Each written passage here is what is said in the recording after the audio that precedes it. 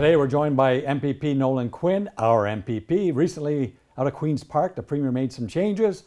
We were lucky and fortunate within our riding here that our MPP was promoted to Associate Minister of Forestry. And I want to welcome the Minister to our taping. Thank you for having me, Todd. That title still doesn't feel real at this point. I'm not a titles person, but yeah, so I'm the Associate Minister of Forestry, and you know, the forestry sector is extremely important for Ontario.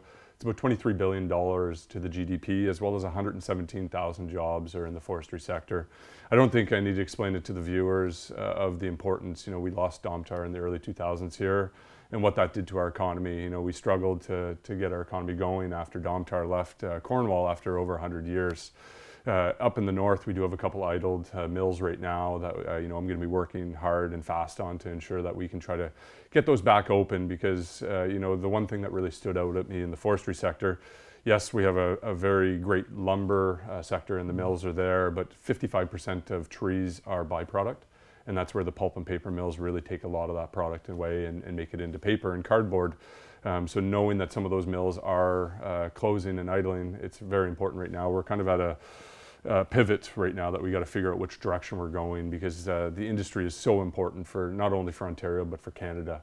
You know, with our housing shortage right now, we need a lot more lumber, and with the lumber comes the byproduct that we need to find a home for it. So I'm pretty excited to bring my business acumen to the table and to hopefully see it from a bit of a different light, because you know, I'm not a forestry expert, don't pretend to be, but I do have a background in business, and I'm hoping to bring that to the table and to the conversations to hopefully keep that sector going. Now we're going to talk about the Ontario Fishing Week. We know that's right under your mandate.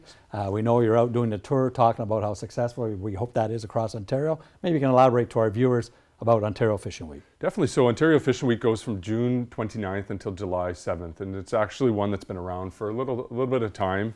But in 2019, our government actually added 2 more on Father's Day and Mother's Day. So during Fishing Week, or on Father's Day, Mother's Day, and Family Day in February, you don't actually have to have a fishing license. So if you're a Canadian resident, you're able to get out and fish. So you know, all you need is a rod, a reel, and some worms or a lure, and you're able to get out with your family, as well as myself. You know, we really enjoy getting out with the kids and spend some time just relaxing. You know, put down the cell phone and just focus on some time with your children in that regard. So it is. You know, it's a great time to test it out, to see if you really enjoy fishing, you know, because there's no cost associated with the license.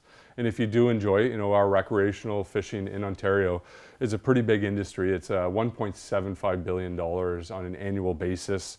There's over 1 million anglers that fish in Ontario on a daily basis. And this is just going to hopefully help get people interested in the sport, because it is definitely a great pastime. So if you really enjoy it, get out and buy a license, and you'll be able to get out throughout the rest of the year. And in conclusion, how important is it to get that license? Extremely important, because it is a regulated industry, and you want to make sure that you know, one of our conservation officers ensures that you're doing it legally. On behalf of our MPP and Associate Minister, Nolan Quinn, I'm Todd Malone for Community Matters.